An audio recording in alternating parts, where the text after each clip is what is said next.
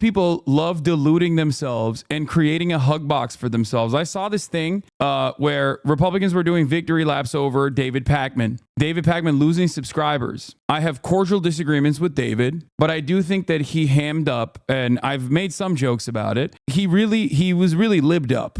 Right? He was really, really libbed up, greatly overemphasizing the Democratic Party's chances. New Dem influencers are seeing record numbers of subscription cancellations along with a mass exodus of followers, causing an algorithmic desubscription spiral. After many of these influencers gaslit their followers into thinking Harris would win, David Pakman called out his own party for giving up when things get hard. When I woke up this morning, we had lost 5,000 YouTube subscribers compared to where we were last night. Now, the first thing I thought was, is this a glitch? We've been on YouTube for 15 years or something like that, and subscribers always just go up. They just never go down. They go up. It is not just YouTube subscribers. We are seeing record cancellations of paid memberships. Record cancellations. These are the people that keep the show running. A lot of people are checking out. I heard anecdotally from a couple dozen people who said, you know, David, I just can't do it anymore. I just can't do it. I'm checking out.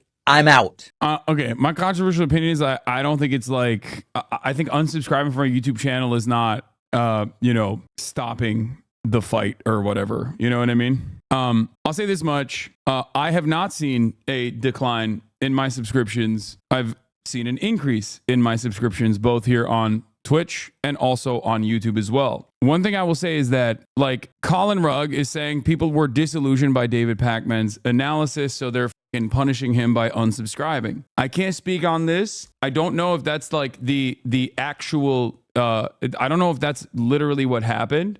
My point is, David Pakman called out his own party for giving up when things get terrifies me because our instinct is the opposite of what it does, and we will get crushed if this is the way we just respond to defeat. The right wants us to not exist. The right wants to decimate independent progressive media.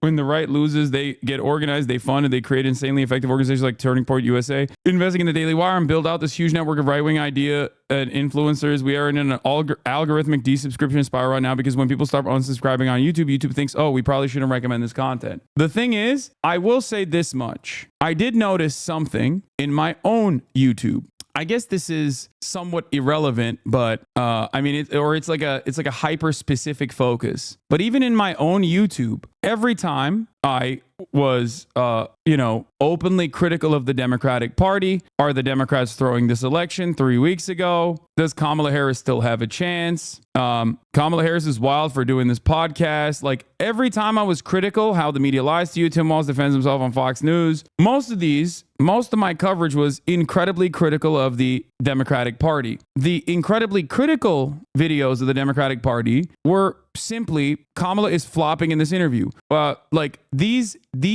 critical videos where I kept reiterating my position over and over again about what the Democrats were doing wrong did not reach a broad audience. People did not want to see it. Whereas videos where I was hopeful about Kamala Harris's chances, is Kamala Harris's strategy all wrong? 3 weeks ago, 123,000. What the hell is Kamala doing with Stead Herndon? 144,000. Kamala losing Arab voters to Trump, 108,000. Kamala Harris's town hall was a disaster, sub 100K. Okay. Drama, 500,000 almost views. Shitting on the Republicans, as Austin said, hogwash, that goes nutty. People love that shit. There was a post in your sub of people doing the same. I'm done. I ain't following politics no more. I'm letting God take the wheel and be uninformed. I'm sick of it. Feel selfish. Yeah, I mean, that's one fucking Reddit post. I'm looking at like broader numbers here.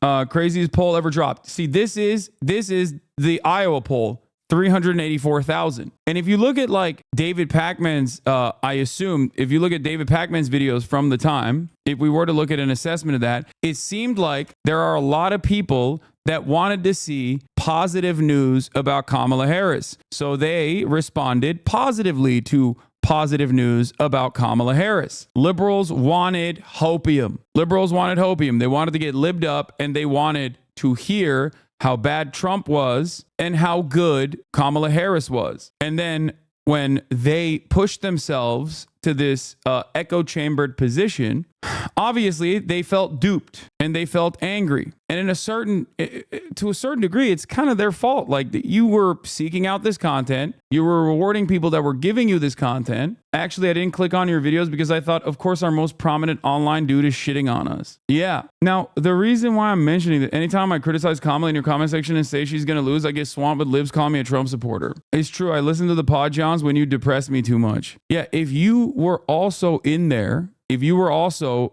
exhibiting that kind of tendency and not taking this stuff like seriously, and then turning around and just like seeking out positive affirmations about how great Kamala Harris was actually doing, remember that. Like, remember how you got there. If you feel like this world-changing event that unfolded and you felt like it was impossible to predict, then obviously there was a mismatch. There was obviously a mismatch with like what you were seeing. There was obviously a mismatch with what you were seeking out and what the reality was. It was actually this video that reminded me of that, actually. Where was it? This is the day of. I think this was my final prediction and why. I remember seeing the comments on this video the day before the election, and I was, again, critical of Kamala Harris, and even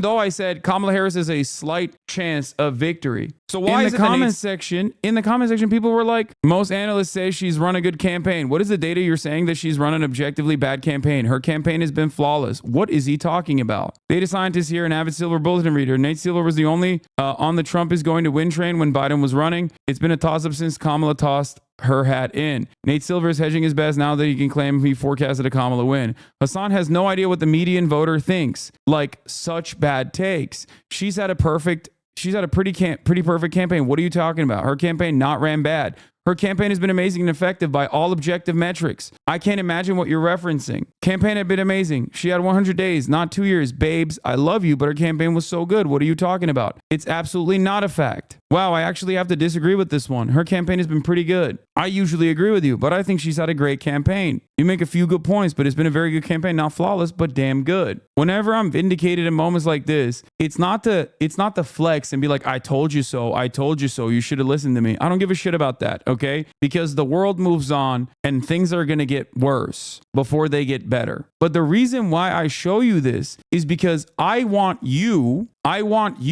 to identify exactly the motivations that you had in that moment that caused you to look at what I was saying and not hear what I was saying. Where were you getting information from that caused you to be so firmly committed to the idea that she ran a fantastic campaign? Hasan thinks a perfect campaign is one that 100% caters to his positions on all issues, even though his opinions are niche. I find myself almost always agreeing with Hasan's takes, but I really disagree here. Kamala's campaign has overall been good. Bit of a comms problem, but still great overall.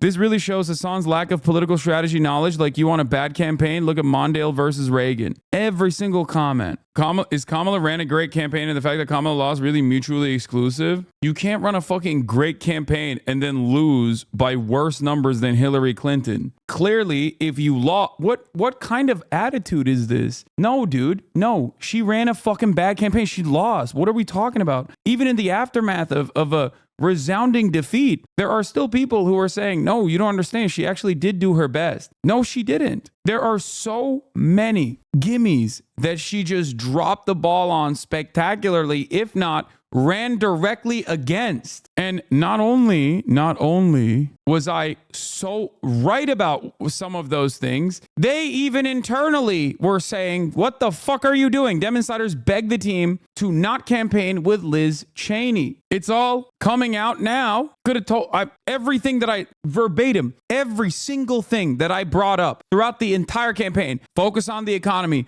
focus on kitchen table issues, and not by fucking saying, $50,000 in tax cuts for startups. Stop running a fucking neoliberal tax cut focused campaign. That's so stupid. These moderation focused policies are awful, and they're not responding to people's material harms, their material experiences. Then by logic, Trump ran a stellar campaign. He didn't, but he still ran a better campaign than Harris. Yes. I said both sides are running objectively bad campaigns. But remember what I told you? I was like, Donald Trump, if there's 10 votes to gain anywhere, Donald Trump will go and get them. Okay? Because he runs like he wants to fucking win.